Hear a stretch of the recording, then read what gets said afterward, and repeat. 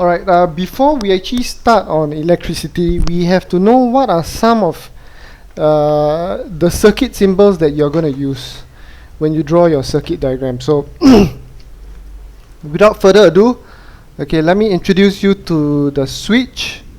Okay, it's drawn like that. Okay,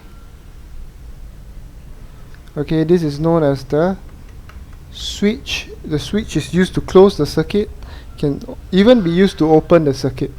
Okay, this is your resistor, a line and a box or a rectangle. So this is your resistor. Okay, and then you've got your rheostat. This is your rheostat. Okay, the rheostat is also known as a variable resistor.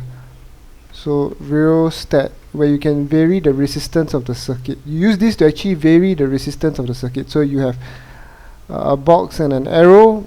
Okay, and then you've got a bulb. Okay.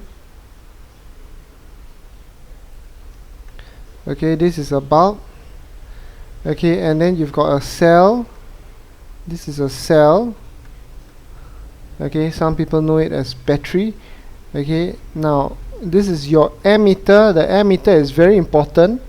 It helps you to measure the amount of current in the circuit, and is always placed in series with the circuit. So this is the ammeter, and then you've got your voltmeter here. Okay, you've got your fuse here. Okay, sorry, this is your voltmeter. Okay, you've got a fuse that breaks a circuit,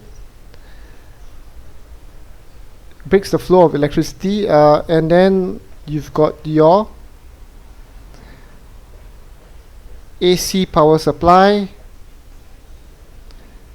Okay,